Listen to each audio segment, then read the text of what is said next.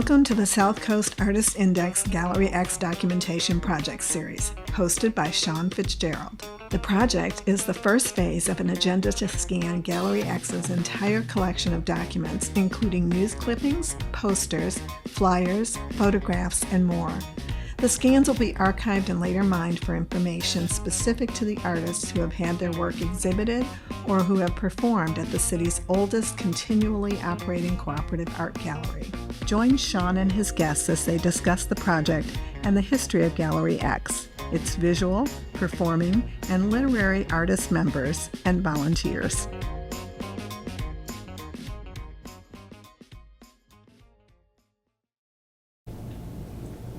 Hello, and welcome to the South Coast Artist Index Gallery X Documentation Project.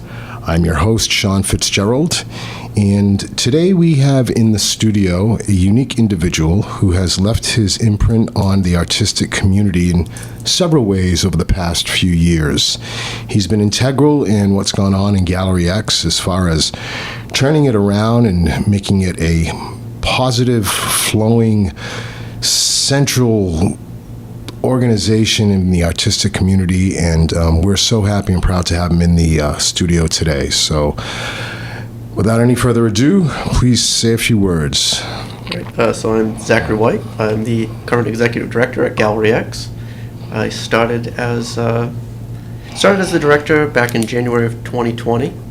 Had been a member of the gallery as an artist member. I think I joined back in early 2016. And a few years into that, I served on the board of directors for about a year and a half before becoming the executive director. And can you talk to us a little bit about what it was like when you first came in as a member, what you saw, and what brought you to taking that next step and being director and now today executive director? So I first got involved with the gallery early 2015, when I was at UMass Dartmouth. My photography class had our end of the year thesis exhibition at the gallery, and then I participated in a few shows that the gallery had done for the rest of 2015, probably 2 or 3, and then ended up joining in early 2016, and was a member, showed pretty regularly, and then talking to Sue Houck one day about, the board, and it was like, okay, they needed somebody for the secretary that year, and I was like, okay, I guess I could do that, and I did. That was that for about a year and a half when Sue announced that she was going to retire, and then it was actually Nina Fey was talking one time about like who's going to take over for Sue, and she was like, would Zach be interested in it? He's pretty organized, and I was like, oh, I mean, it was something like, a work like that would be something I was interested in getting into. I wasn't sure about right then. Mm-hmm. And then, so then it was kind of just jumping right in. So then, January 2020 I started as the director, and it was a rocky start for, well, even, the COVID, 2 months in, really, less than 2 months in.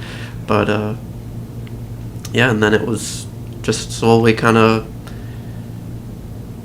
rebuilding's probably too strong a word, but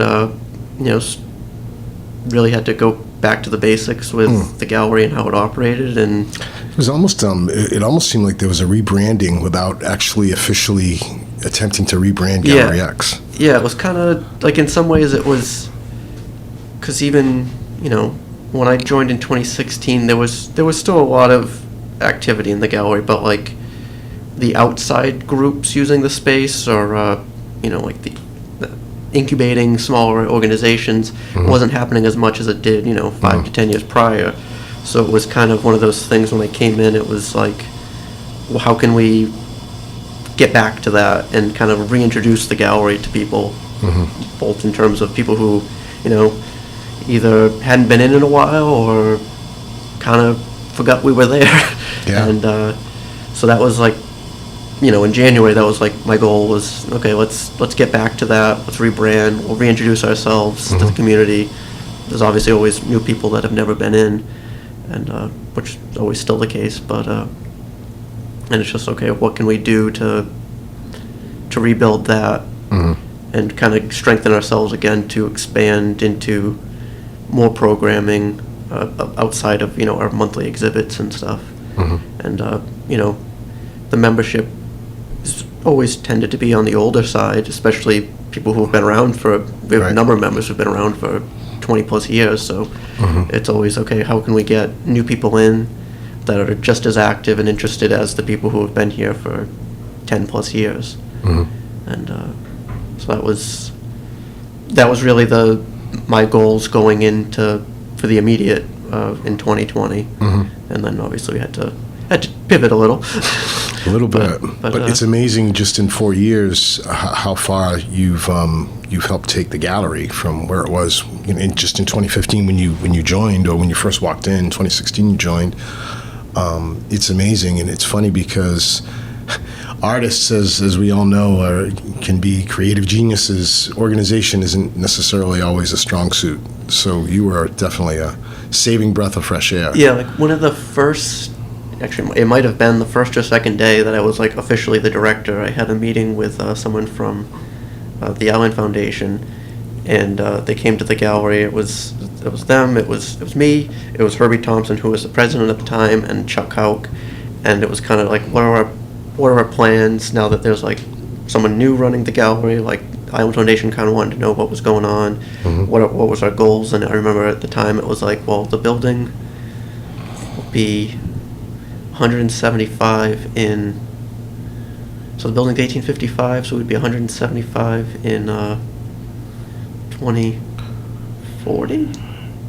Wait, I'm trying to do my math now. 1980. No, what, You said 1855? 1855, so 175 years in 1955. Plus 75. A couple of artists trying to do math. 2030. 2030. 2030. 2030. So it was like, okay, like by 2030, like the 175th anniversary of the building, like be more underway in terms of like getting the building painted and like restoring more of the building, and really it was like, okay, like, okay, like 10 years, like we should be able to do this. And now 4 years later, the building's been painted. 2 of the windows have been restored. We've got 2 more that are being restored as we speak. And the steeple was redone. Yeah, so what we were hoping to, hopefully we can do this in 10 years. We're now 4 years in, and a lot of that has been accomplished and or in progress. And it's, I mean, that we couldn't have done without we got Community Preservation Act grants in 2022 and 2023 that, I mean, without those, to raise the money to do it, it was like, okay, like, in years past, when the gallery needed to be painted, it was like, we have just enough money to paint this section of this wall, and by the time you ever got the whole building painted, the first section was already peeling, where this was like, able to do it all at once, and it was like, okay, that was unexpected that we were able to do that.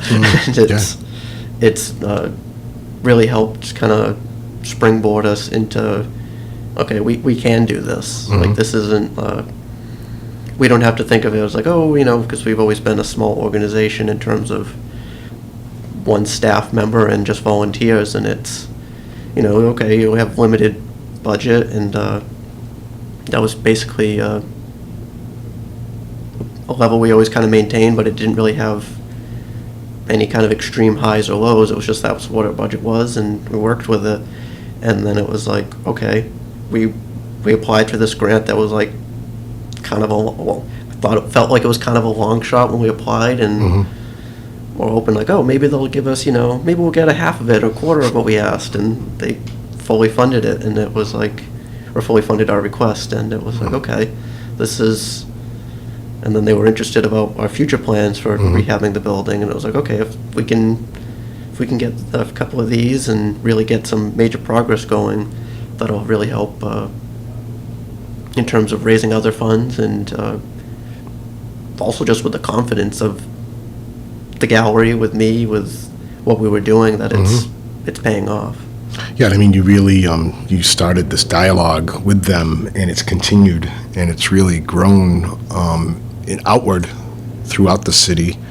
To touch upon a couple of things you said, getting outside groups to come back and utilize. Christine, my wife, she's scanning all the old flyers that you found and everything, and just going through some of them and seeing some of the organizations that were involved in sponsoring, and it's good to see now that we have the Frederick Douglass Galleries being used for live shows, and really it's been a breath of fresh air, not to keep using that phrase, but tell us about some of the challenges that you ran into.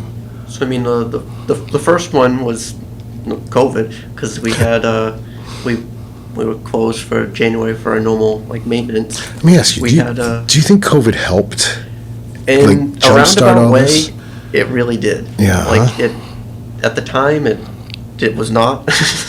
It was it was pretty bleak, because we were struggling at that point when COVID rolled in. We had a really for February, because February was always a slow month for submissions, slow month for sales. We had a pretty good show that February. It was I think the theme was red, and it was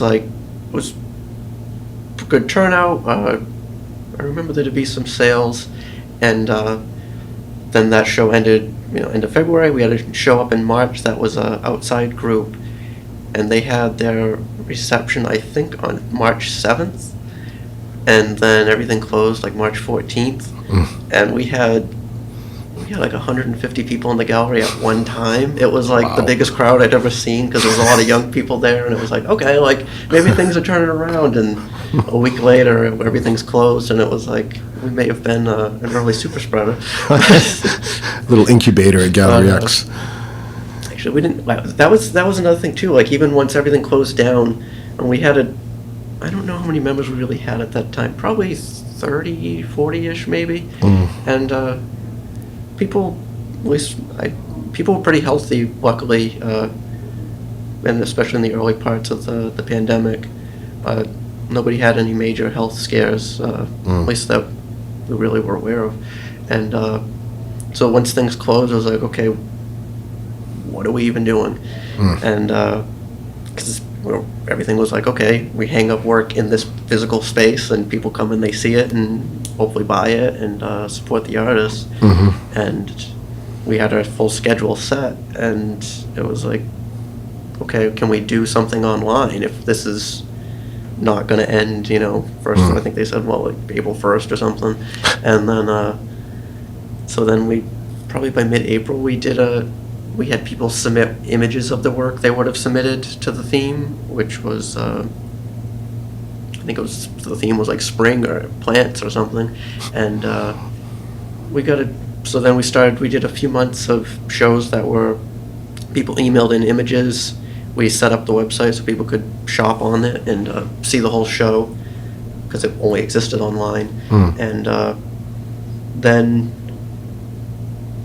not we were just always spending all this money, but it was okay, we weren't spending money on anything except we still had to pay our mortgage and utilities, insurance, and so I was okay, well, now we can almost sort of restart and really look at how we're spending money, because it's not we were spending all this on refreshments and postcards, but Right. we weren't. And so then once we were able to come back in July, I think I actually just saw the Facebook memory of the post we had from when we announced we were reopening, and it was, I think, probably July 7th or something in Is that right? 2020. And we were coming back. We had been 5 days a week, 11 to 3, and we came back. I think the hours that I just saw were, it was just Saturday and Sunday, 12 to 3. Wow. And then we were able to, there was, I think they had just started one of the COVID money things, one of the, I don't know if it was payroll protection or one of the other grants, and it was okay, if we can get one of those, we're gonna need it, because we're basically down to, we're week to week. And we got that. We got a couple of really good generous donations that, those, we got a generous donation back in probably April or May of the pandemic, and without that, we wouldn't have, because, you know, mortgage and insurance didn't stop. And so that basically covered those for a couple months.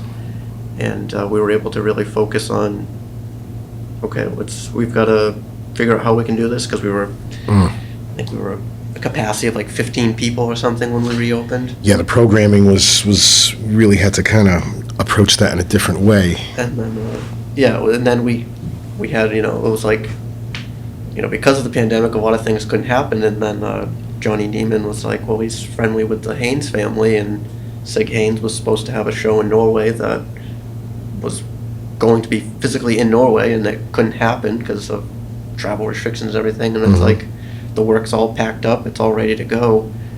Reached out to them about having the show at the gallery, and we ended up having it in November of 2020. And it was, you know, we had a capacity of like 15 to 20 people in the gallery at one point. And so people just had to, like, you know, line up down the block and, you know, come in, and like as one person leave, one person would come in, and Like a nightclub. yeah, it was a great show. Like, obviously Sig's work is like incredible, but Right. it brought in people. One, it was bringing people back in who hadn't been in a while because of COVID, or some may just not have been in a while, and brought in some new people who maybe had never been in, because you had people who came from pretty far away to see Sig's work. So it was, you know, especially like the Norwegian community of like probably like the Northeast. There was quite a few people that would come in, and they knew the scenes that he had painted in this, Really? like, in his hometown in Norway. So it was, and then we had a couple of sales in the show, and his work was much higher priced than we're selling. So it was, Right. even with our gallery, just our small gallery commission, it was like, okay, that was probably more than 50% of our commission revenue that year. Wow. Because it was, you know, our regular shows were, you know, a handful of sales every month, but then with COVID, people weren't as many submissions, weren't as many sales, and so that really was like, okay, that was, you know, a big boost right there, and both economically and just in terms of what we were capable of putting on, because it was a really well put together. I mean, a lot of that was, you know, 6 paintings and things, but it was just a really well done show. And then it was like, okay, like, let's see what we can do as far as, you know, a big show every couple of years or something, because it's like, okay, if we say every year, then when we aren't able to do it, it's disappointing. But okay, let's set this goal. We'll try to do like something big like this, you know, at least try like every other year and see what we can do. Like either bringing in a bigger name, or something about it being a little different than normal. And then, you know, really there was more COVID recovery grants from the government, state, federal. More grant organizations started looking at grants that were for operating costs, which were always difficult to find. There was very few. Like, we always got, the Island Foundation was really generous with, you could go to the Island Foundation and say, we need money to support our operations, otherwise, because without our operations, there can't be programs. Where other groups wanted to just fund specific projects. And so more started to kind of pivot, and that was, okay, we were able to financially be on a much stabler footing, and then just kind of slowly regrow the artists exhibiting, the membership. So we were, I don't remember the exact number, but we were probably about 30 or 40 or so members at the time. I mean, a lot of them were kind of like, they weren't overly active. You know, you might see them to submit their work, but they weren't necessarily like at all the meetings, where then like the core group of members that we always seem to have. And since then, we're pushing 90 members, with between artist members, patron members, Wow. youth artist members. That's the stuff And, right there. I mean, almost triple, you know, So more than that's double. And then you're getting not only all that support for memberships, but you're also getting all those new ideas. People volunteering the time to support the existing programs. People coming up with their own ideas for programs they want to conduct in the space, which the last 2 years has been huge with, you know, outside events, like events that are either, you know, an outside group just coming in using the space, or people that kind of members themselves just planning, I want to do, you know, such and such a program and use the space. And it's open the gallery up, and then one friend of theirs sees it, especially with music, that's what's happened. Or a couple people were like, oh, they'll use the space, they did a show, their friends saw it, they liked the acoustics, they liked the space, and it's like, okay. Then they did a show, their friends saw some, and we really got quite a few different groups that regularly use the space for, live music, for comedy, stand-up comedy. Yeah, I mean, we have between the upstairs and downstairs with our own sound system. I mean, it's performance ready, Yeah, that was like when it was okay. When we've had music at receptions, it was always, if we could find a friend or somebody who would play and kind of basically play for free, Right. and then we were able to get a grant for live music 3 years ago from the local New Bedford Cultural Council. And then with that, it was like, okay, we were able to bring in people, pay them for their time, and we also got a good donation of a new PA system from Symphony Music Shop, and that allowed us to have, it's I don't know much about sound equipment, but it's a smaller one it's easily moved, but it also allows us to have, okay, we've got the bigger one upstairs, and then we got the small one downstairs, so there is the opportunity to, have these things, basically ready to go whenever somebody wants to use it, and not like this big setup and production.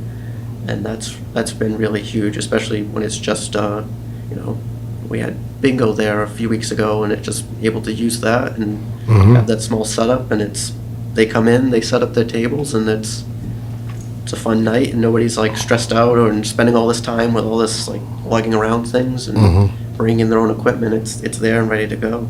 Yeah, it's ready-made. It really is. And having done several events in the area, it's one of the things I love about Gallery X. And like you mentioned, the word's gotten around. People have come to events, seen what's going on, rented it out a couple times, like Johan Santiago, and she's like, I should just become a member. And yeah, so it really, getting that word out there has been very beneficial. Yeah, we've had quite a few members the last couple of years who it's like, okay, they have ideas for, either one event or maybe they'd have others.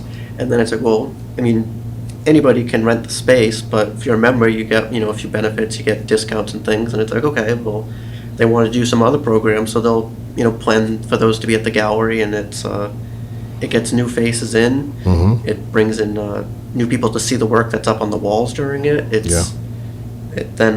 Then people just get involved when it's like, oh, so-and-so is doing an event that, is like we had with CJ with the drag shows he's done a couple of, and then we've had other people reach out and like, oh, well, actually someone else just reached out about another drag show, and it was, it's one of those, like, yeah, you use the space how you want, you basically welcoming of, and if it works in our space, is not, which pretty flexible with our space, so it's one of those, it's a good opportunity, and I've been told we're kind of still the cheapest rent in the city. Very reasonable, and the other thing too is that we're very approachable and easy to deal with, especially with subjects that some places don't want to touch. Our artistic community there, I mean, we welcome everybody with open arms, and they're responding, right? Yeah, and it's like we've got decent amount of chairs, we've got the sound system, we've got some tables, so it's one of those, some people can come in, and like we had a wedding a couple of years ago, people came in, they actually we didn't have as many chairs then, so they did bring in some of their own chairs then, but it was just like they brought in the space, and it was really well done, but it was like the space was what they wanted, because it was really flexible. They rented it at a time right before a show was up, but it's like we have some people that actually reached out about a wedding, and somebody talked about a wedding in October, and it was like, okay, well, we normally have a Halloween themed show, like, just so you know, that would be on the wall, and it was like, that was almost the kind of the vibe they were looking for, with like that'll be perfect for like, yeah, that's why we were doing it in October. It's the like, not necessarily a Halloween themed wedding, but it was like, okay, that's like their personality, and it's so like it has this, like, it could be, you can make the space really elegant and really classy, not to say that the opposite isn't, but then it's like, or it could be just really fun, funky space, all this different artists, and it really you never know what you might see in there as far as the work or the that is true events. That is true. Yeah. I'm sorry, I didn't mean to. No, yeah, it was just like you don't know what you're going to see, but like in a good way. Right. Yeah, and I mean, how cool is it to get married in a gallery with art all around you? And Christine and I got married in 2017 there. It was so cool, you know. And there's a vibe about that building. Ron and I were talking about it, like places have personality, you know, inherently sometimes. I don't know if it's the souls that have been through the doors, but that building just has such a cool vibe to it. Yeah, it's an interesting history. I mean, it was built in 1855. It was originally built by the Universalist Society, which actually when it was built, it was 10 members came forward and donated, I think it was $1,000 a piece, and built the church.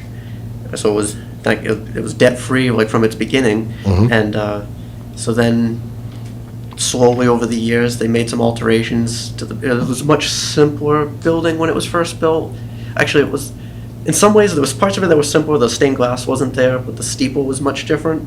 Really? And then sometime around 1890s, 1910s, the stained glass was installed. By the Universalists? It was, yeah, still the Universalists then.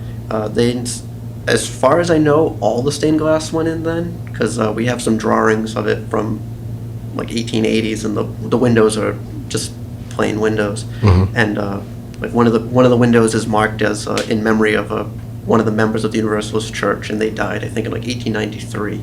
So it's somewhere around then the family donated the money to, or donated the window, and then it was the Universalist Society kind of folded or merged with the Pilgrim Church by the 20s, and then so the steeple was much taller then, and then in a hurricane, but not the 1928 hurricane, a smaller one, the steeple got damaged, and it got rebuilt in the 30s, and it was like a slightly shorter, much simpler design, and which is the steeple we have now.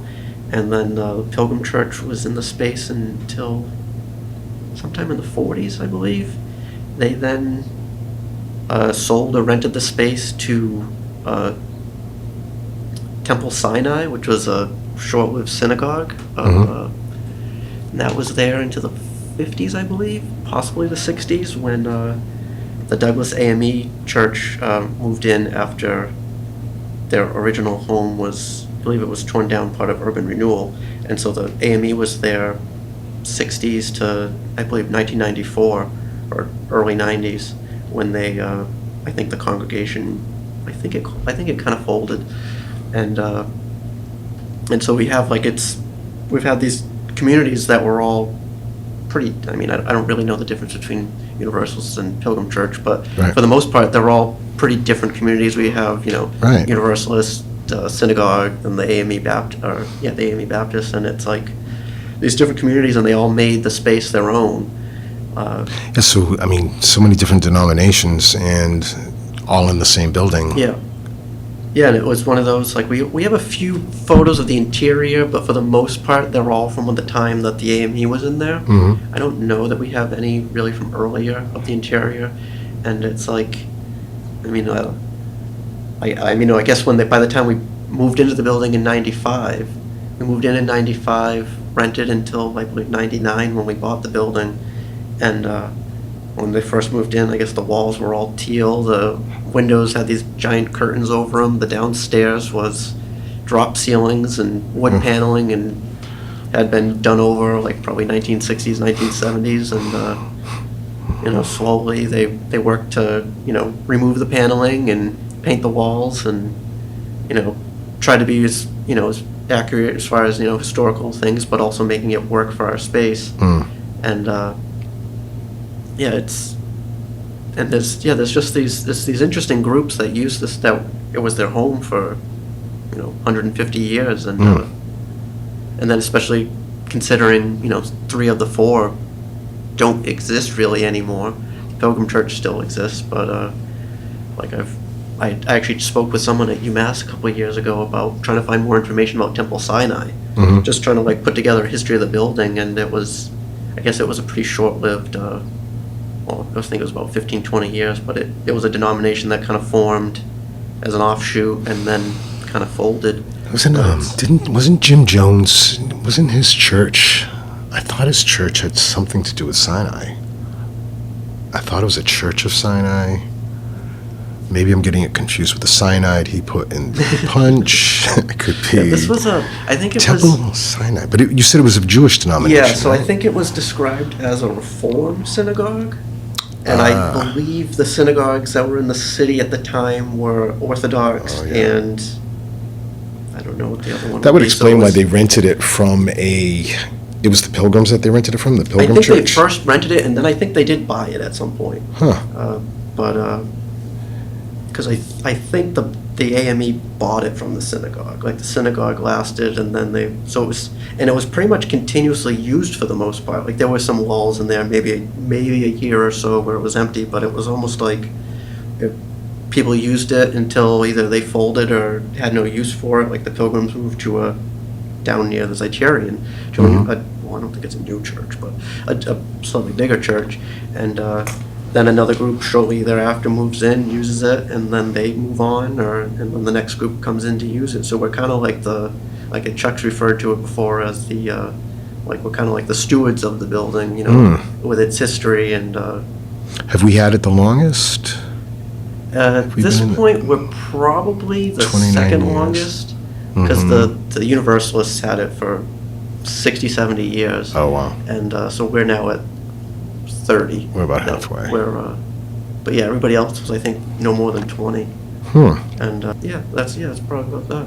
And it's just one of those, you find these people over the years collected like newspaper articles on the history of the building, like some that dated back to the 1800s or the early 1900s, and obviously not many pictures, but it's the descriptions of the interior, like it's very flowery language with it. They've handsomely redone such and such a room in the church at the time, and they've added in like one of the windows, the window that we've since reopened on the interior, which is stained glass of Jesus as the Good Shepherd or something, and that it's just mentioned it's the Knowles Memorial window, and the prominent Knowles Memorial window has been moved, like it got moved from the right side of the building to the left side, because the right side has a building right up against it. So it was like they talk about these things, and it's kind of like some of them you have to kind of figure out, like, because they're obviously describing it in a different way than we're describing it now, and so it's always like, okay, which or they'll say the pastor's room, and it's like, okay, which room is that? That must be our band room, or things like that, and the different lives it's had over the years, and it's that in itself is probably worthy of a show at some point in the future. Right. And it's especially with the work we've been doing with the stained glass windows. So we've the smaller stained glass windows, which are in the loft where the office is now, those have been redone, and now the bigger ones on the front are being redone. But we're also working to when we first moved in, we're an art gallery, we need wall space, so we have 8 11-foot stained glass windows, and 6 of them on the interior got covered over to add additional wall space. And they got covered up about 8 feet up on the wall, and then over the years somebody covered the last 2 feet or 2-3 feet, and then a couple years ago we pulled off the top panels to expose just the top sections of each window in the interior. And then December and January last year and this year, we took one of the walls down to kind of see, let's try to make this like a modular wall that we can have to show up and use the wall space, but then let people see the windows. And one of our members, Tom Kummer, he was a carpenter. He volunteered his time and got him the supplies. He built, cabinet doors over the first of the windows, and it was, the first time people had seen this window from the inside since 1995. Wow. And it was, it's pretty well protected on the outside. You can see the windows on the outside, but they weren't like, it's hard to see because they have the protective glass on them, like it makes a glare. But with the new storms that are going in, it'll be less obstruction and clearer glass, which will also help with heat loss and everything. But we'll eventually slowly open up probably all 6 of the ones that are, or the 5 remaining that are covered over. And it's one of those, we've had people come in pretty recently that didn't necessarily know that the wall now opened in that spot, and they're talking about, you see the top of the window, like, oh, they're trying to guess what that scene must be, and then it's always funny, actually, the one person I guess they really studied stained glass, and like, oh, they were guessing what biblical scene that must be, and like, oh, it's got to be either this or that, and they're like, actually, it was, I don't think that the one of their guesses wasn't the Good Shepherd, but then it was like, okay, I want to see what it is, and you open it up, and it's, because the glass from being covered on the inside was very clean, like the front windows that are being restored. I mean, you knew they were getting pretty grimy and old and dirty, but once you saw them redone, it was like, you didn't realize how much of a buildup of 120 years of dirt and grime there had been from, probably people smoking in the building and candles and just 150, 120 years of dirt. And so it's really like, it'll be crazy to see once the big windows go back in, because right now they're just boarded up. But the light that it brings in, at first, people are a little nervous, like, if we do this, it's going to create like glares on, people's art, or like kind of really affect things, and you don't have that, luckily, because, the buildings around us are pretty close. But when you do get these, like, 4 or 5 o'clock, you get these nice glows, and it's like you turn all the lights down, and it's this really nice, like, just this nice setting. It's this nice, all these various colors coming through, and it's You can see why they put them up then, I guess. It's like, you know why, they have this, 11-foot stained glass window. That it's pretty impressive once you see the light come through. And that's a lost art too. I mean, they really don't make them like that anymore. Yeah. How did you find a repair shop for that? I know that was a challenge, right? Yeah, so I had been working with, a capacity workshop with a few other organizations, and we were talking about, like, oh, like, some of our, like, goals for, like, our spaces and stuff. Some people were looking for, like, to own their own space or to get to a bigger space, and we're like, well, we do, like, we're lucky enough that we were able to buy our space when we did, because that's another thing too. When we were at a storefront when we first were founded in 1990, we were there paying rent for 5 years, and then this Richard Kelway, who was, I guess, pretty friendly with a lot of the members. He was a reverend, but he wasn't a reverend at our building, but he purchased the building to rent it, to allow us to use the space as the gallery and rent it to us. And then after a few years, we were able to buy it. And at the time, with, mortgage rates and the value of things, like, well, we were able to say we were now about 4 years away from paying off the mortgage, and it's a very comfortable payment. So, rent we could never get that for rent. And so then it's like, okay, when we started to talk about, okay, I wanted to, like, do some work on the windows. Some of the glass, it's like it's large stained glass windows, they buckle and things, and it's like, to me, it's buckled, but I don't know when did this happen. And one person was like, oh, have you talked to, they named a few people and brought them in and just asked them some questions, and like, this wasn't work that they did. They worked with glass, but they were able to say, like, yeah, these things are buckled, but it's like, this didn't happen, in a week. This was 100 years of it. So it's not like just going to suddenly collapse one day, but you're always like afraid, like, because if that happened, there's no replacing that. Right. And they recommended this place, New England Stained Glass, which is just in Attleboro. And we reached out to them and talked to them, and they were like, kind of looking at it, and they're like, okay, like, these are, if you can get the money, these are your top priorities. Some of the windows are like, like you described it was like, if you had nothing else to spend money on and you had the money, he was like, yeah, you'd redo these just for the sake of the art of the window, but they're stable. And we were able to, after we got the building painted, we went back for another CPA grant and the Community Preservation Act. We asked for money for the windows, and because that was something they had asked, like, once we paint the building, what are our plans for the windows? And I was like, well, if we can get the money, we'd love to fix them. And then we asked, we put in a submission of a grant request, and that got approved, and it was like, okay, we were able to find a couple other quotes from different people that were, so this guy in Attleboro he had a really good recommendations. It was fair pricing, and but then we had to find other quotes, and they were much further away, and it was you didn't have the feedback that we were able to get on this guy's work, this Jim. And so when he came in, some of the windows actually had some missing pieces that he had to kind of recreate. And like he described some of the glass as, I think he's called like mercury glass. So it was a red glass that was made somehow with mercury. And so it was like, unless I find another old window, we'll have to kind of, how will we match this? Because you can't make it anymore.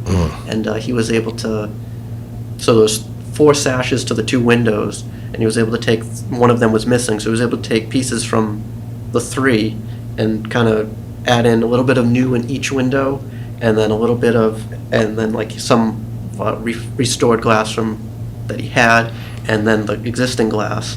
And when you look at the windows, if you looked at a picture of it, what it was before, and you look at it now, you'll notice like, hey, that's slightly different, but they're all equally new and old, and they blend right in, and it's like really, and if you didn't tell anybody that, they wouldn't even notice. And it's the work was like, you saw some of the things, you're like, oh yeah, that does look old and beat up, and then when they came back new, it was like, didn't even realize all the other parts of how much, I guess it wasn't supposed to look like that. And it's crazy work.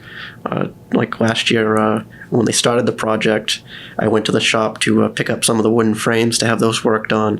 And it was just like, you saw the glass out of the frames, and it was like, wow, like, and it was like, oh, all he's done was, well, he hadn't even fully washed them yet, and I was like, wow, they look so clean and bright. And he was like, yeah, all I did was like, wipe them off, because they were in such a fragile state. It was like, you can't we can't Windex these things. Right. And but it's been a really fun project to to watch, because really there's not much for us to do. It's just they come in, they take out these windows, they bring them to their shop and dismantle them, clean them, redo all the leading, and you see them come back, and it's like you're not seeing all the middle things of it, but it's like, okay, you see them take it out, you see some photo updates, you stop in a few times, and then they come back, and it's just like a total transformation. I remember you posted the pictures, the before and after, the 2 smaller ones. And yeah, it's unbelievable. Yeah, like some of the colors were like, it's the original glass, and it's just like, there was just that much, grime and dirt over the years, and it's like, oh, so that's how bright they are. And it was actually kind of like, because we always had the one window that was missing, so it was like our missing tooth window that was just a clear piece of glass. So then when it was like, oh, like once this has now been all redone, like, is it going to make it like darker or whatever? And it's just as bright as it was. I just don't have my view of William Street anymore, but it's much nicer to have the view of the stained glass. Right.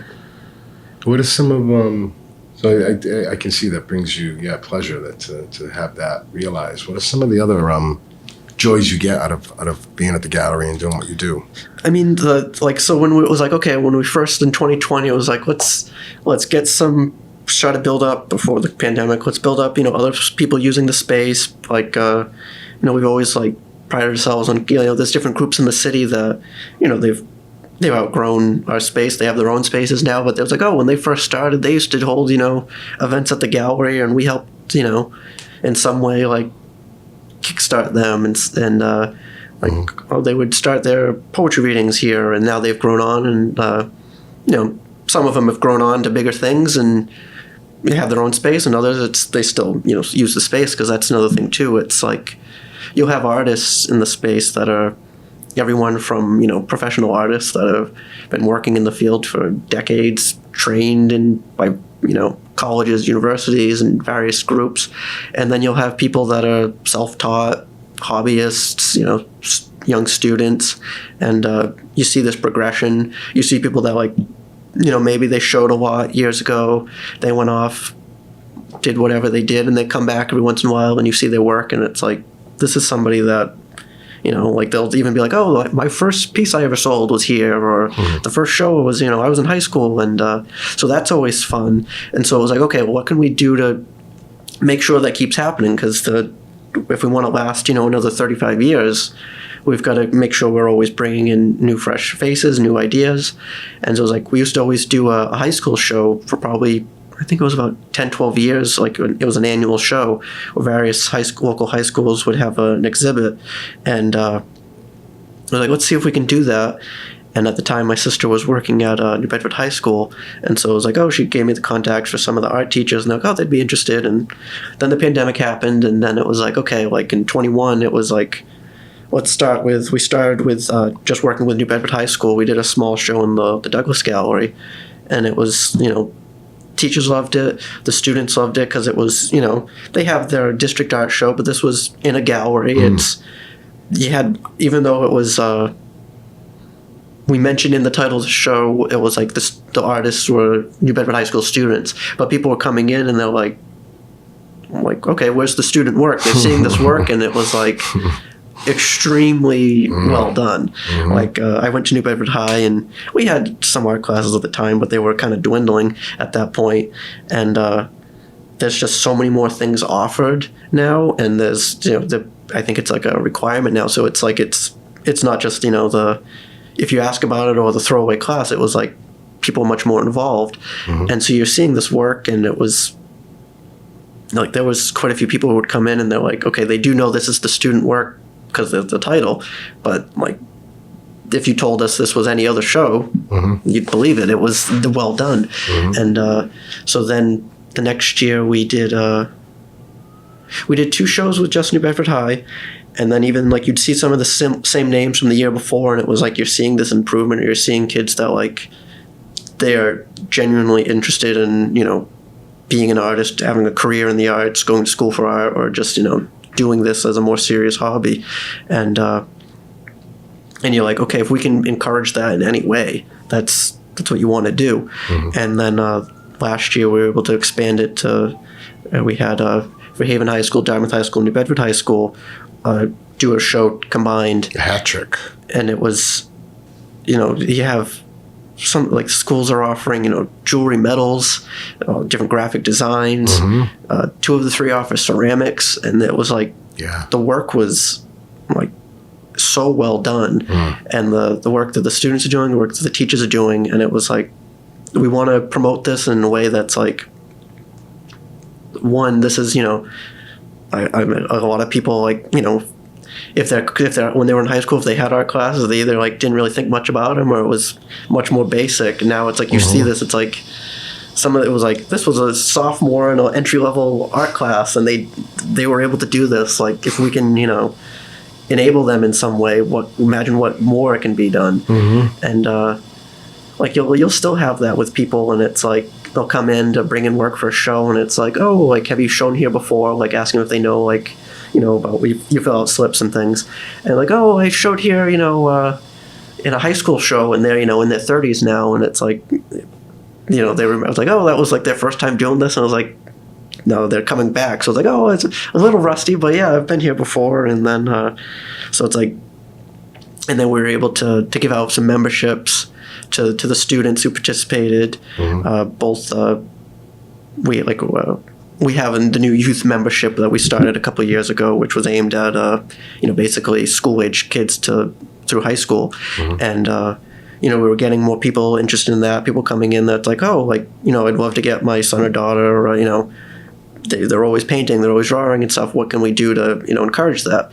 And then we were able to support that with some free memberships, and we've got probably about 15 youth members right now. And excellent. So that, and then it's like when you have these young kids that are a lot of them, especially it's like they don't always put their work for sale, but then like a few of them have, and people will buy them that are just somebody coming in, and it's like to be able to say to somebody, you sold a piece, and it wasn't your mother, which is fine when that happens, but it's like some random person came in and like bought a piece of yours, like and it's like I'm trying to think of when it was, but the first piece I sold at the gallery, I don't remember if it was right when I became a member or right before, and it was like it was a photo etching of the Lincoln Park roller coaster, and I put it in. It was probably the second show I'd ever done, so it was probably before I was a member. And I'm going with friends on an AHA night, and it was like there was a red dot near, and it was like, and then I'm talking to Sue, who was the director at the time, and I was like, do you know who bought it? And then she's like, oh yeah, she looked it up, and then she said a name, and I was like, I don't know who that is, so that's pretty great. Like, it's not only, I mean, it's like, friends and family like buy things, but it's like, it's always great to like somebody who, they don't know you, you don't know them, and they liked your work enough to buy it. Mm-hmm. And so like when I'm able to do that, you write a check to someone for a sale, it's like, it's always pretty cool. And so it's one of those where that's been a big thing where we've gotten in new people. We've brought in, we're still getting, young people coming in that are, usually it's always like the last few has been from our youth members. It's like the parent comes in and, the kids kind of, they're in high school and they are interested in it, but they're like, well, reluctant. You ask, and then it's like, oh, how do I join? And it's like, oh, you just, you fill out this membership application and you're in. It's just because we had actually the last few, it was like we have a few free memberships left, and it was like, love to you to be one of them, because actually they had shown in another show before. Mm-hmm. And I was like, okay, this is great, because they're like, oh, they keep meeting, like they should do this. And then it's like, yeah, when I joined the gallery, it was like, so I didn't join until probably close to a year after I'd first shown at the gallery. And it was like, I talked to Sue a couple times, and it was like, I was interested, but it was like, at the time it was you came to a meeting, you applied, you brought in examples of your work, and the members voted on it. So it was always like, oh, this is like pretty intimidating. Mm-hmm. And then when you went, it was like everybody was really friendly. Yeah. It was like they asked you, about like how you made the stuff. It wasn't like you're afraid they're gonna quiz you on things or like judging the work. And it was like, oh, that's really interesting, or like, mm-hmm. oh, I've done such and such like this, and then they hold a vote, and people are just like, hey, everybody think this, and everybody's like, yeah, sure.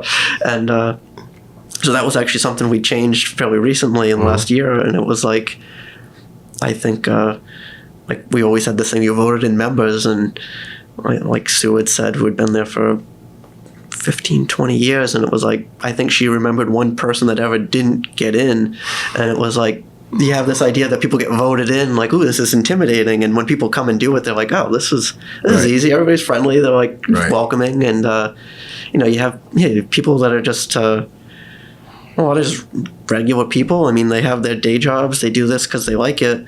And then there's obviously the career people too. But it's like, it's always, somebody like Milt Brightman, who's, been painting for years. He's well-known and extremely talented, and you'll have his work there, and the person next to him might be somebody that taught themselves from watching YouTube videos, and that's a regular show, and that's both Milt and that person. Nobody's like, ooh, upset by who they're next to. It's like, it's a group thing, and it's really community oriented. And that's what I loved about Gallery X, that you had all different types of artists and different levels of success, and novices, professionals, and everyone's welcome, and everyone's genuine. You used that word before. Yeah, it's the people are like, because it's one of those, like when I did finally eventually join, like I'm usually a pretty quiet person. I'm not the most outgoing, and but then like, especially once I became the director, and it was like, so I know basically all the members from dealing with them in some way. Mm-hmm. And then when you start to realize either people, especially during the pandemic, we started like a Facebook group with like people just posting their art, like the amount of people that like kind of met that way, or meeting like when they finally met each other in person, it was like, oh, you're the person who does these types of paintings. You're the person who were posting, all those birds. It was like people like knew each other that way. Mm-hmm. And so it was like, it wasn't, people were coming in already kind of knowing people in a way based on the fact of just social media. And so it was like, oh, then they interacted on a more like human level. And there's a lot of people that have, been friends for years, met through the gallery, people that have met and married through the gallery. It's, and then there's also plenty of people who just, kind of like how I was when I first joined. I'd go to meetings, I'd show my work, but I wasn't, overly vocal about, new ideas and things. But, and you'll have that. And that's like this, people can make the membership or the gallery what they want. They could be as involved as they want to be and hands-on, planning their own stuff, planning new things, group things, or they can kind of, show their work, exhibit their work, maybe they sell it, and it's kind of anywhere in between. And had some people the other day, they were like, oh, my sister is I've been trying to get her to show at like galleries, and she's always really nervous. And I was saying like, yeah, we're really laid back. You kind of like you join now. Like when we changed how you join, you now just especially if you've shown in an exhibit before, we kind of know your work, and you kind of can just join. If you haven't shown your work before, we usually just say like show us some of your work, to examples. Email, bring them in. Come to a meeting if you want. You don't have to. There's not a voting process, and then you join. And you just join, like, come in tomorrow, and you just stop in, you fill out the application, and pay whatever the dues are, which we've always been really flexible on, payments of that, because, artists and people that, this month isn't great, so I'll do it in payments. And that's what that was, even when I first joined, it was like I was right in college, just out of college, and it was like, okay, like, I wanted to keep going, but I had sold like one piece for $30, and didn't have much money. And then Sue was like, well, pay a little bit each month. Pay it when you can. Like, it's not like oh, you didn't pay this month, like boot you out. And they're very flexible with that, and they do discount off the fee. Yeah, so that's tuition for. Yeah, we've always tried to make this. That's so, like, from the beginning, it was always making art accessible, because when it was like the gallery was first founded, it was, there was only a couple galleries in the area, and most of them, either weren't showing contemporary art, or if they were, it was, you couldn't just come in off the street and show your work. You had to be like, they had to know you, and you had to know the right people. Right. Where it was like, okay, let's see if we can make this both in terms of people seeing it and people exhibiting. Like, we want everybody to have access to this. Mm-hmm. And so it's like you try to make sure you're continuing that with like things we come up with over the past few years or in the future, like how can we make sure this is most accessible, which like something only less than a month ago, we just joined the Card to Culture program through Mass Cultural Council, and it was something I'd looked at in the past because they would send emails about it, and it's like I was somewhat familiar with the program, where it's if you're anybody who gets either EBT, WIC, or Connector Care insurance through the state can get discounts at various cultural organizations. Like, I think the Criterion will do like they're a member of it, and I don't know if it's like $5 tickets to a show, or maybe it's a free ticket. It's discounts like that, like an organization will put out there, and then it's like, well, we don't do tickets, but like, so I talked to the person, and they're like, well, if you were open to like a membership discount, and we already do like various discounts, but we haven't necessarily always done the best at promoting that. And then it's like, well, okay, like you have to give at least a 50% discount on a membership. And so I was like, okay, so that was something because we kind of had it in a way, but it wasn't done the best in terms of like how we promoted it. And so I was like, okay, we rebranded that, and it's now if you're a EBT, WIC, or Connector Care card holder, you can join as a member for 50% off, and that'll also apply to existing members too. So if there's anybody that is already getting those benefits in some way, and or needs that help, or finds themselves getting those that support, and they want to make sure they can still continue, like we work with people as much as we can to get them in and to keep them, because it's the members are we can't exist without the members, even though we allow non-members, anybody can show work in basically all of our shows, but without the members, they're the ones planning the themes and making sure the gallery stays open, and they're critical to it. So it's like whatever we can do to make sure the members are getting a decent benefits and helping sustain us. That's nice. That's nice that even current members, if they happen to end up on one of those programs, we can discount their membership. Yeah, it was like when I talked to the guy at first, I was like, ooh, like, because we don't charge an admission, so it's like can't discount free already.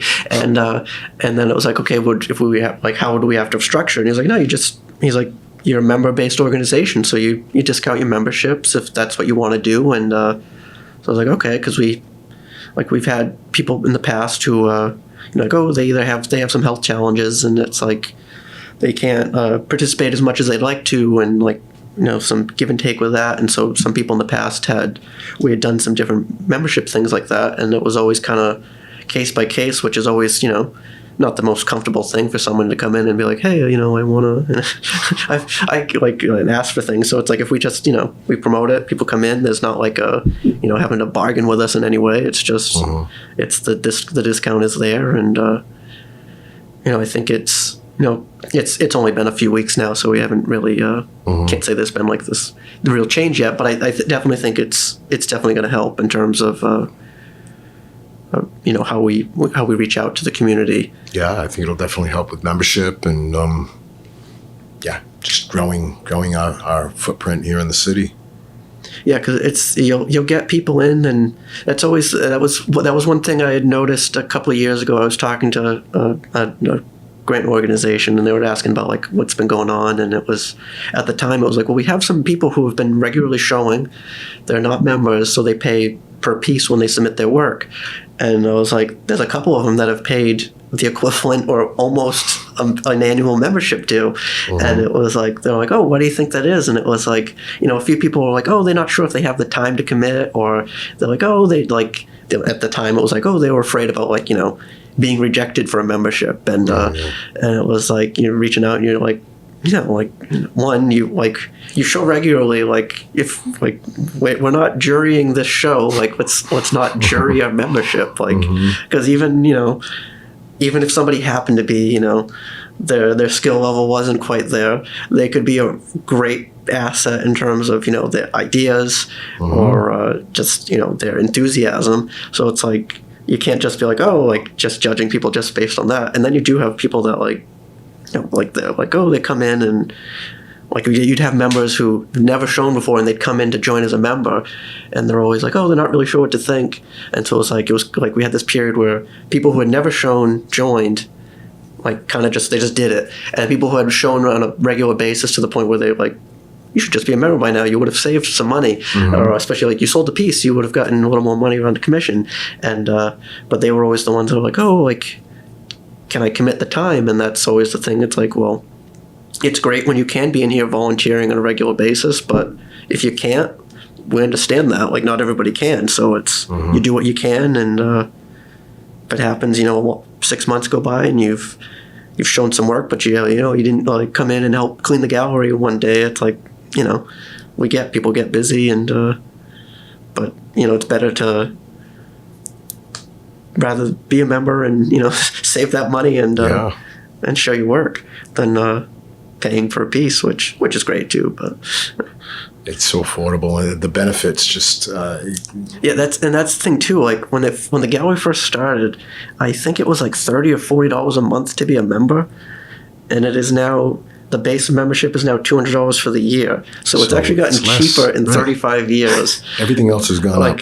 Like we raised our submission fees for the first time almost probably 20 years. Right. Last year we raised them $5, and it was like, one person actually had suggested that we promote that in almost like a joking manner, like everything is going up in price except after 20 years we finally raised the price by $5. And it was like membership is actually cheaper now than it was when we started. Wow. And I think there's definitely potential in the future with membership growing to have the base membership actually go down slightly. Like that's something. When I first joined, it was like, or first became the director, it was like, oh, in 10 years, let's get this building painted and just start on the windows. And now that that's done, it's like, okay, like what are some other things? And it's like, if we could, bring that $200 membership down, even $10, maybe $20, it's like, because it's, bring it down to half. Starving as artists. we're able to bring it down, you bring in more people, which probably generate even more money, but also it's like, we were doing that membership when we had 25 members. Now it's like, not everybody is paying $200 a year, but we now are closer to 90 members, and so it's like, what can we do that sustains us in our operations, but also makes this more affordable as things get more expensive, and also you don't need to pay it all at once, but it's one of those, it's, a lot of people do just like to not be paying a monthly bill, but it's like, how can we use that to our advantage and grow, make things more affordable, more accessible, and that was a project actually. It's just going on now. It's Cultural Mosaic, which last year a grant opportunity came up about expanding your audience, reaching out to new communities, all kind of it related to diversity and equity, and it was like a lot of the program, there was these classes, and a lot of it was aimed at hiring policies and things, and it was like, well, I'm the only employee, and I'm only the third ever, so like hiring policies are it's great to have those, but they're not the most utilized for us. So like what are ways that we can benefit, and started talking to them about like different programs that we could run, and they're like, yeah, that would be a possibility. And then we were able to get some grant funding and hired some outside artists to organize some shows, kind of grow audience, like encourage the existing audience we have, but also make sure we're reaching out to the community as a whole, because while we promote our shows as being open to everyone, if everyone isn't seeing that Facebook post or that email, you're not growing the audience. Right. And so it was like, reach out to wider audiences, make sure, we, one of the things so the person that we used as a curator was David Andrews, and one of the things that was really important to him was making sure about that the call for arts were available in multiple languages. And so it was like, it's kind of, once it's said, it's kind of like, well, that's almost a no-brainer. Why? And so it's like, we now have we've set up on our website so you can use like the translate, but obviously it isn't always perfect. But so we're able to have some have the call for arts translated by someone who speaks Spanish, and because it's with the community, we want to make sure that our membership and who's participating at the gallery is reflective of New Bedford and the surrounding communities, and we can't be that without making sure that we're, people feel comfortable from all ethnic backgrounds or, religious communities or anything like that. So you want to make sure they feel welcome, but also that they're getting the message. And like we did the reception on July 6th, and we had a good crowd, and there was a lot of people who I didn't recognize a lot of them, so it was like presumably on the newer people, but then you had a lot of people that actually were, it was like they were vaguely familiar with the gallery, or it was like, oh, I haven't been in, and I saw a show here 20 years ago, or there was actually quite a few people who were like asking which church it was, because I think I came to this church when I was a kid. And so it was like you're bringing in these people that are kind of like either were vaguely familiar with it, or didn't know, they're not usually downtown, so they don't notice the building or something. And it's like, okay. And then seeing how the space was used, we had live music, we had like these cool projections going on, and it's like you had quite a few people that have joined as members because of that show, who are like, yeah, they've been working on these programs, and it's one of those, they're either doing it out of their house, or they're trying to find a space that lets you do kind of almost what you want with the space. And so like, oh, they'd love to move their project here or start their project here. And this is it was you're getting in these people that it's like, and it's all ages, and it was so it was a great turnout, and I think that's going to turn out to be a pretty good success overall. It was a great show. David did a lot of work on that, and he's somebody I hope he's also connected with Third Eye, which brought in, like, we want to really make sure we've been working with other organizations supporting each other in any way, cross promotions, and we've been working on that with a few different groups who use the space, like Sea Glass Theater Company for the last year and a half, 2 years, has been doing shows pretty regularly at the gallery.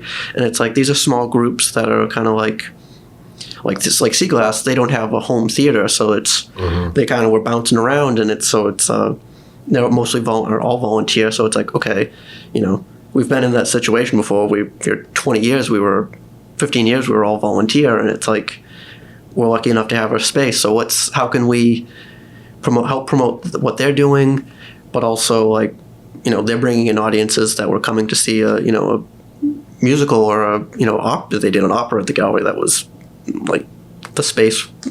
Again, not an audio person or music person, but like an old church is the perfect acoustics for these singers. Right. And you're bringing in people that we actually got a few notes directly to us or through other organizations that they forwarded to us to say like, they were extremely impressed with the production that like Seaglass put on, but also the acoustics and the space of the gallery that like either hadn't been in a long time or had never thought of it as a venue outside of visual art.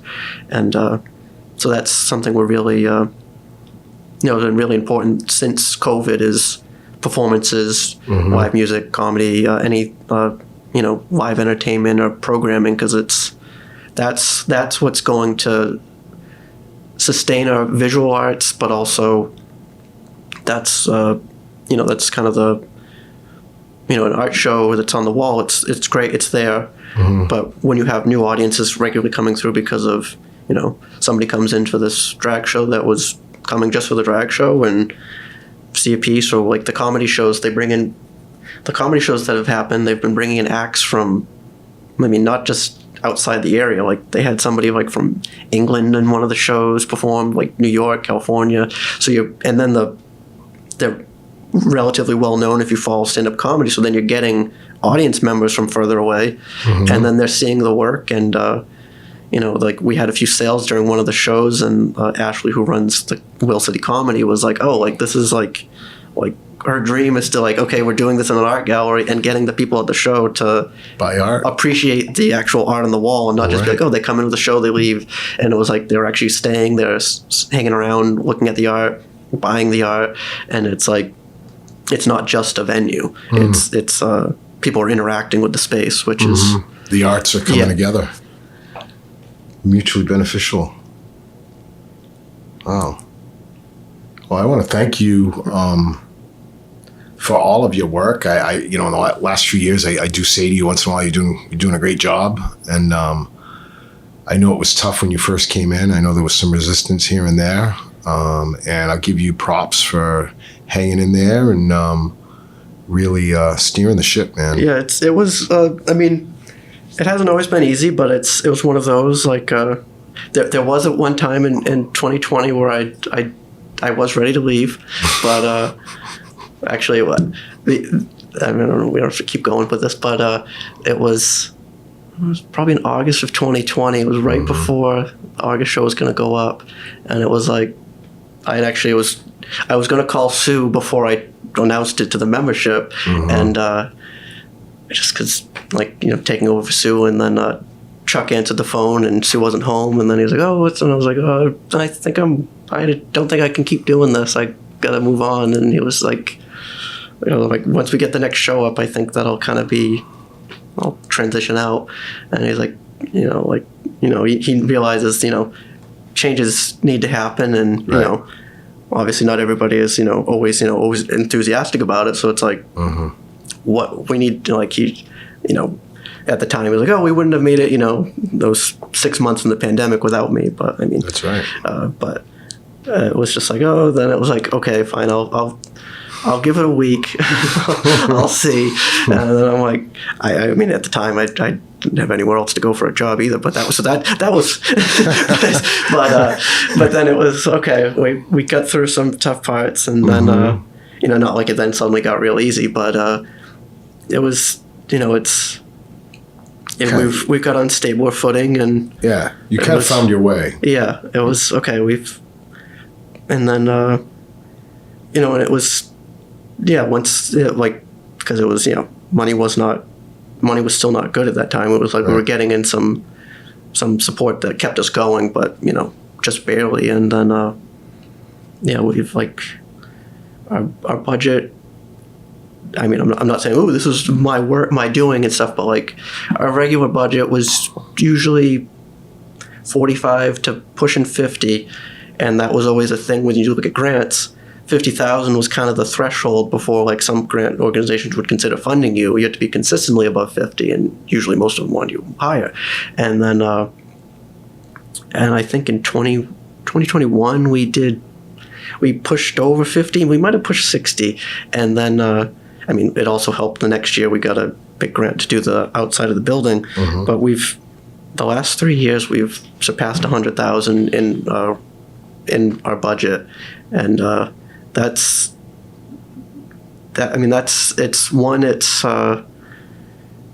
allowed us to do what we've done, but it's not like, whoa, now that we're smooth sailing, but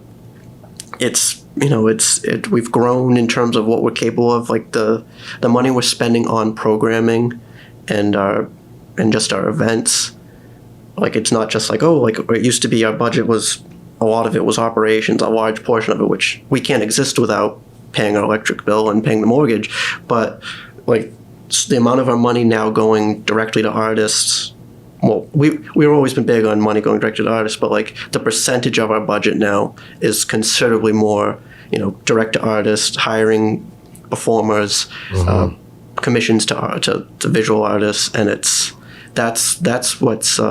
It's great that the budget is bigger, in terms of just being able to say that, but it's the fact of how much of that budget is going into directly back to the community. Like the exhibition, the Cultural Mosaic one, it was like, okay, first it was like, well, were we going to work with other organizations and kind of, divvy up the grant among organizations, have them do their own programming? And David's idea was like, he prefer it being like, if we're going to pay somebody to do this, let's pay the artist directly. And so that was I think I'm really happy with how much we were able to get directly to the visual artists and the caterers, the performers. These are like small business people that are the photographers, and it's still in progress right now, but it's like on the year we'll probably have our biggest programming expenses this year than we've ever had, which is I think great in terms of like I don't have the actual percentage right now, but like it'll be probably not only the most actual money, but a very high percentage, more than normal, that we're able to say like, yeah, like this is going directly to our mission, rather than it being like, yes, our mission involves the building existing, but like, paying Eversource is not the same as paying, the musician to play. So very true. So it's like being able to do that, I think, is huge this year. This year it's grown, but that's kind of like going forward. That's what we're hoping to keep doing.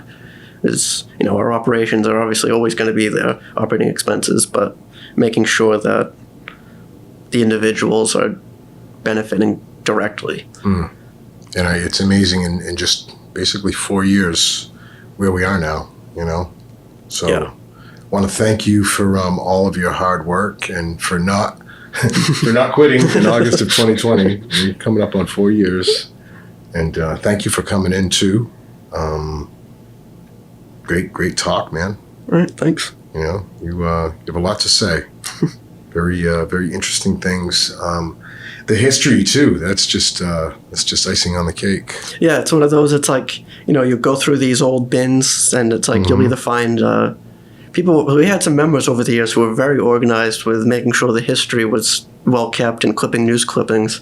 There obviously aren't as many news clippings happening now, but or even like you found a bin of the meeting minutes from. We probably have every meeting minute we've ever had, and it's like you'll actually start to read some of them, and it's like some of them are just reading meeting minutes that are pretty dry and boring, but you see the characters of these people, even if you've never met them, either from stories or you read the minutes, and it's like, not like they were like fights but it was like, they were obviously lively meetings, and like you'd see like they were 2-3 hour meetings that were happening every month, and it was like, if you read them all in a row, it was like, okay, they were really like, they were bringing up the same things every month, but it's funny. Like you read the minutes, or like when you read the minutes around, or just like this information when they've transitioned from the storefront to the building we're in now, and it's like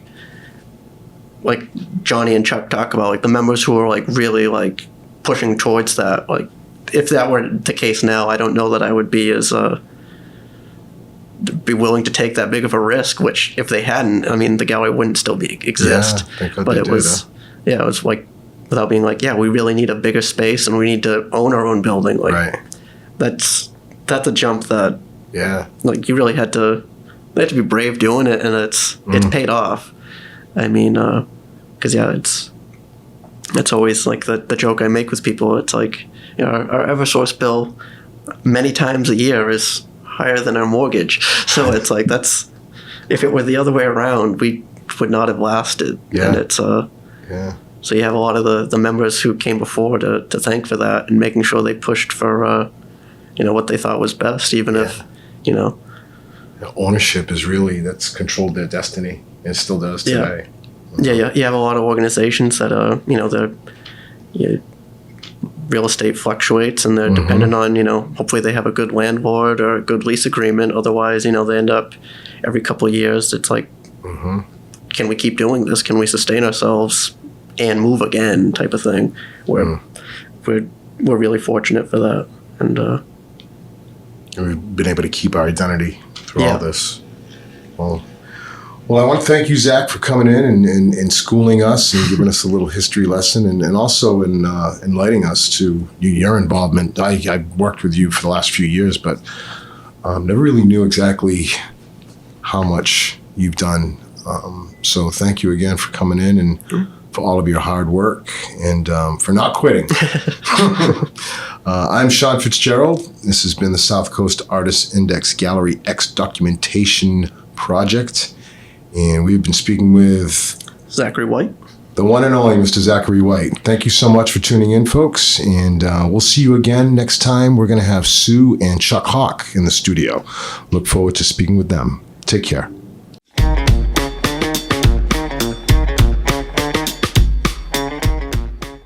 You have been listening to the South Coast Artist Index Gallery X series. This series and the documentation project was made possible by ArtNet and Wicked Cool Places, funded by the City of New Bedford through the American Rescue Plan Awards and its Arts, Culture, and Tourism Fund, and is facilitated by New Bedford Creative at the NBEDC.